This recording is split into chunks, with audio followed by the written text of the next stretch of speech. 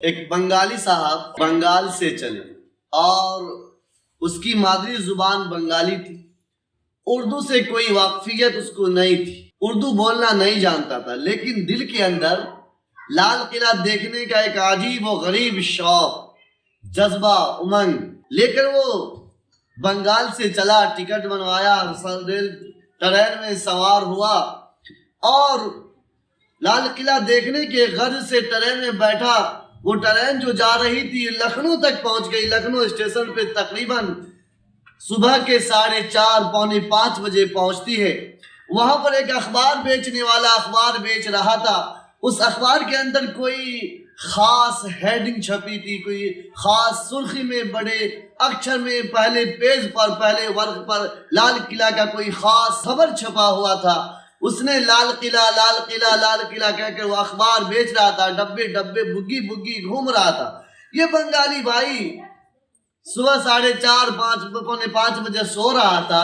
اس کے کان میں جو لال قلعہ کی آواز پڑتی ہے، چونکہ یہ اردو جانتا نہیں تھا، اردو سے واقفیت نہیں تھی، صرف یہ لال قلعہ کا نام سن رکھا تھا اور شوق بھی تھا کہ لال قلعہ کو دیکھنا ہے، لال قلعہ میں گھومنا ہے، لال قلعہ کے اوپر جانا ہے.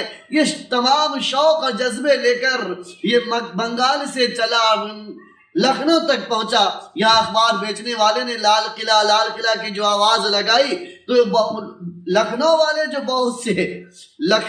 جو بہت سے سواری اتر رہے تھے، بہت سے سوار اتر رہے تھے ٹرین سے. لوگوں کو اترتے دیکھا، یہ بھی اپنا سوٹ کیس، اپنا اٹیچی، اپنا بیگ لیا، تھیلا لیا اور ٹرین سے کیا باہر بلکہ پلیٹ فارم سے باہر اور ایک رکشہ والے کے پاس پہنچا.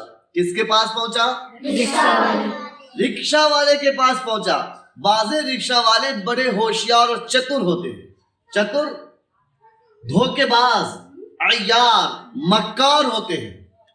اس سے جا کر جب یہ بنگالی لال قلعہ کی بات کہی کہ مجھے لال قلعہ پہ جانا ہے، مجھے لال قلعہ پہ جانا ہے، وہ سمجھ گیا کہ کوئی اچھا مرغا پھنسا ہے. اس سے کلومیٹر کے حساب سے بات کر لیتا ہے کہ پرتی کلو 10 روپے دیجئے گا، اور اسے اپنے رکشے میں بیٹھا لیتا ہے اور لکھنؤ کی ہر گلی کوچے میں، ہر سڑک پر اسے گھماتا پھرتا ہے.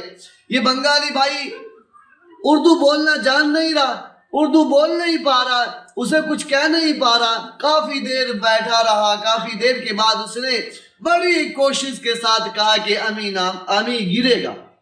امی گرے گا مطلب کہ آمی اترے گا.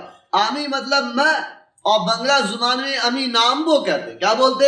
امی نامبو، یعنی کہ میں اتروں گا. لیکن وہ بنگالی تھا، اردو زبان سے ناواقف تھا، اس لیے اس نے کہا آمی گرے گا. رکشہ والے نے کہا کہ دیکھو بھائی، یہ لکھنؤ کی ہائی وے روڈ ہے، یہاں پر کہیں کھڈے پڈے نہیں ہیں، تم نہیں گرو گے، چین سے بیٹھو. پھر یہ بیٹھ گیا. پھر تھوڑی دیر کے بعد کہنے لگا کوشش کے ساتھ کہ آمی گرے گا.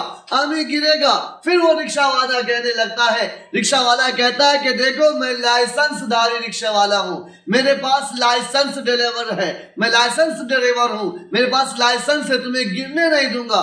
پھر وہ رکشہ تھوڑی دیر بیٹھا رہتا ہے. پھر تھوڑی دیر کے بعد کہتا ہے کہ آمی گرے گا، شور مچاتا ہے. رکشہ والے کے کاندھے پر کیا ہوتا ہے؟ گمچھا. کیا ہوتا ہے؟ گمچھا. رکشہ روکا، پیچھے آیا اور اس کو رکشہ کے سیٹ سے باندھ دیا اور کہا کہ نہ تو گرے گا نہ تیرا باپ گرے گا، یہی بیٹھ.